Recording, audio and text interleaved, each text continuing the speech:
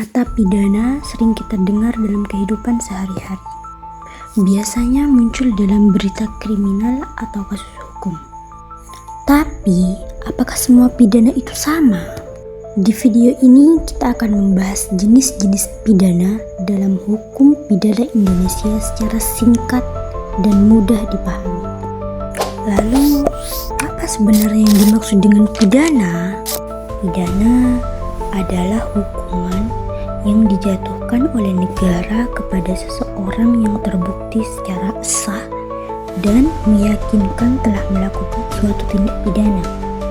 Penjatuhan pidana tidak dilakukan secara sembarangan, melainkan melalui proses hukum yang telah diatur oleh peraturan perundang-undangan, mulai dari tahap penyelidikan, penyidikan, penuntutan, hingga putusan hakim di pengadilan.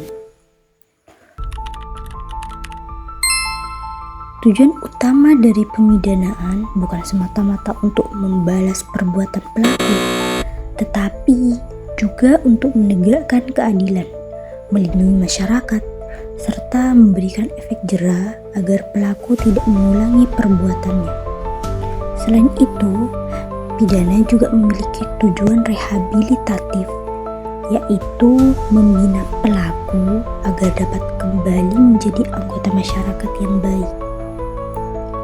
Dalam hukum pidana Indonesia, ketentuan mengenai jenis-jenis pidana diatur dalam Kitab Undang-Undang Hukum Pidana atau KUHP.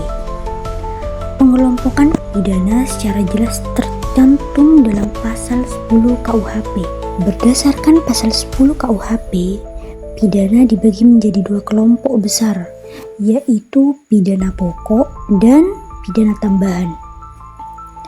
Pembagian ini bertujuan agar penjatuhan pidana dapat disesuaikan dengan tingkat kesalahan pelaku serta dampak yang ditimbulkan oleh tindak pidana tersebut. Pidana pokok merupakan pidana utama yang dijatuhkan kepada pelaku tindak pidana.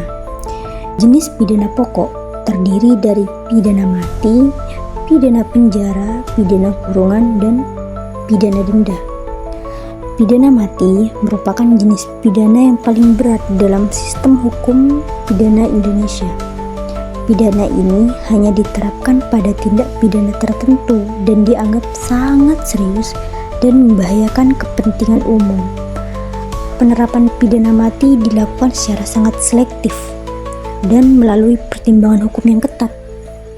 Sebagai contoh, dalam tindak pidana narkotika dalam jumlah besar yang peredarannya dapat merusak generasi muda dan mengancam keselamatan masyarakat luas, pelaku dapat dijatuhi pidana mati sesuai dengan ketentuan peraturan perundang-undangan yang berlaku. Selain pidana mati, terdapat pidana penjara. Pidana penjara merupakan hukuman berupa perampasan kemerdekaan seseorang dengan menempatkannya di lembaga pemasyarakatan. Pidana penjara dapat dijatuhkan dalam jangka waktu tertentu atau seumur hidup, tergantung pada berat atau ringannya tindak pidana yang dilakukan. Contoh, penerapan pidana penjara dapat ditemukan dalam kasus pencurian atau penganiayaan. Seseorang yang melakukan pencurian atau kekerasan terhadap orang lain akan dimintai pertanggungjawaban hukum melalui pidana penjara sebagai bentuk sanksi atas perbuatannya. Jenis pidana pokok berikutnya adalah pidana kurungan. Pidana kurungan merupakan hukuman yang lebih ringan dibandingkan pidana penjara dan biasanya dijatuhkan terhadap pelaku tindak pidana ringan atau pelanggaran tertentu.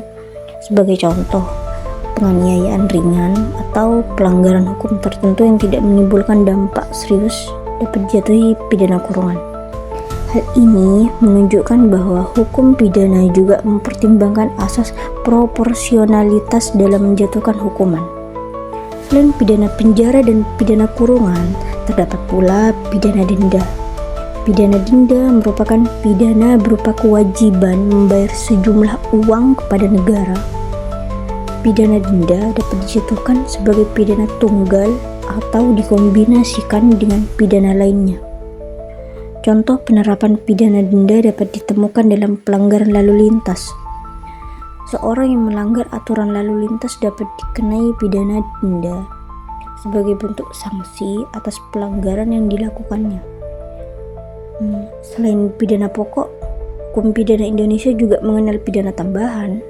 Pidana tambahan tidak dapat dijatuhkan secara sendiri, melainkan harus disertai dengan pidana pokok. Tujuan pidana tambahan adalah untuk memberikan akibat hukum tambahan yang dianggap perlu oleh hakim. Pidana tambahan dapat berupa pencabutan hak tertentu, rampasan barang tertentu, atau pengumuman putusan hakim. Pidana tambahan ini bertujuan agar pelaku tidak lagi memperoleh keuntungan dari perbuatan pidana yang telah dilakukannya. Sebagai contoh, dalam tindak pidana korupsi, selain dijatuhi pidana penjara, pelaku juga dapat dikenai pidana tambahan berupa perampasan hasil kejahatan.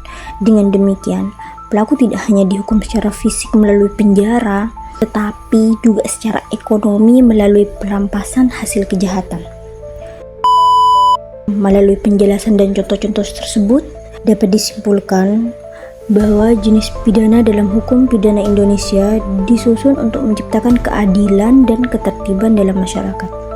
Penjatuhan pidana dilakukan secara bertahap dan proporsional sesuai dengan tingkat kesalahan pelaku. Dengan memahami jenis-jenis pidana, diharapkan masyarakat menjadi lebih sadar hukum, menghormati aturan yang berlaku, serta menjauhi perbuatan yang dapat merugikan diri sendiri maupun orang lain.